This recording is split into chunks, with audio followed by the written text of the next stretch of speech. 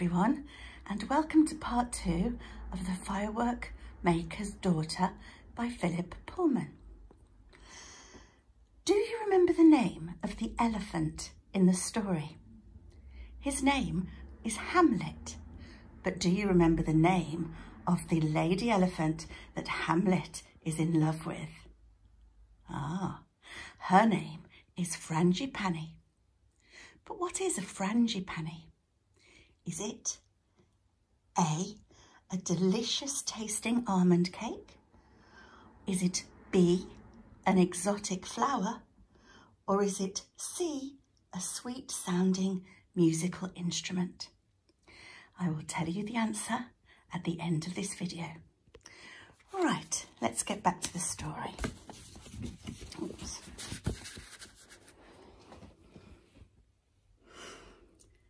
Next morning, while Lal Chand was at the paper merchant's buying some cardboard tubes, Lila went to the elephant house to see Chulak. When she heard what Lal Chand had told him, she was furious. Mount Merapi, Razvani, the royal sulphur, and he wasn't going to tell me. Oh, I will never forgive him. It's a bit drastic, said Chulak, who was busy making the elephant ready for his new job. He is only thinking of you. It is dangerous after all. You wouldn't catch me going up there. Huh, she said.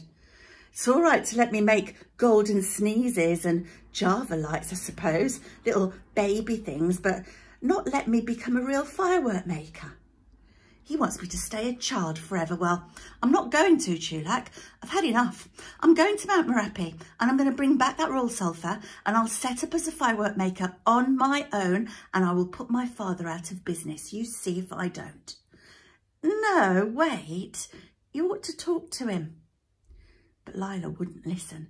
She ran straight home. She packed a little food to eat and a blanket and a few bronze coins and she left a note on the workshop bench.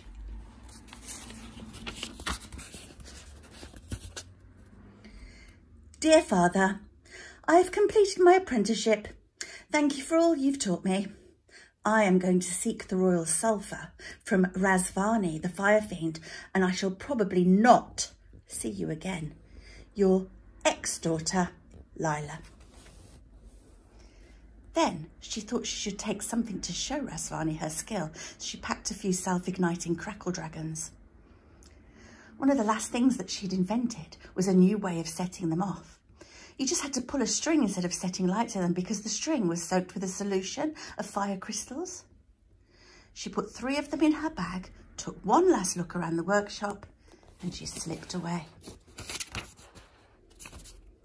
When Lal Chand came back and found her note, he read it with horror.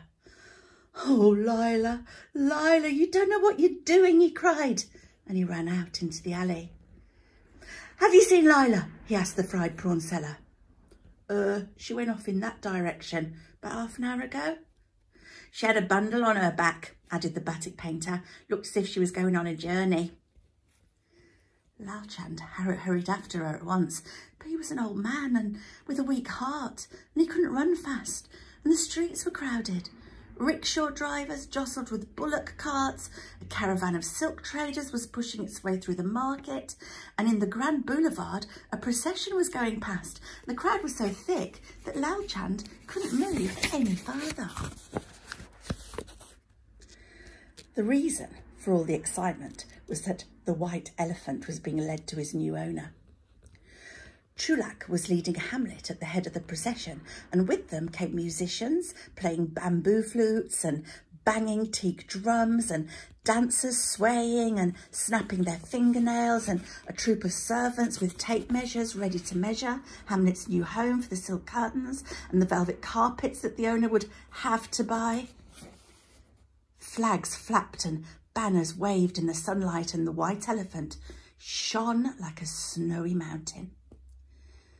Lal Chand forced his way through the crowd to Chulak's side.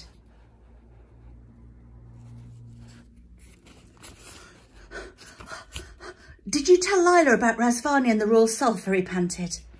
Of course, said Chulak. You should have told her yourself. Why? Well, because she's gone, you wretch. She's gone off by herself to Mount Merapi and she doesn't know the rest of the secret. Why, is there more then? Of course there is, said Lal Chand, struggling to keep up. No one can go into the Fire Fiend's grotto without protection. She needs a flask of magic water from the goddess of the Emerald Lake, otherwise she'll perish in the flames. Oh, Chulak, what have you done? Chulak gulped. They were nearly at the house of the White Elephant's new owner and they had to slow down in order to allow all the dancers and the musicians and flag bearers to get through the gate first and form 2 lines for the White Elephant to walk between. Then Hamlet whispered, just loud enough for Chulak to hear, "I'll help find her. Help me get away tonight, Chulak, and we'll go and take Lila the magic water." "Good idea," whispered Chulak, beaming. "Just what I was going to suggest." He turned to Lal Chand and he said, "Listen, I've got a proposition. Me and Hamlet will find her. We'll get out tonight, Emerald Lake, goddess, magic water, Mount Merapi. There's nothing to it." And then Chulak turned to the servants.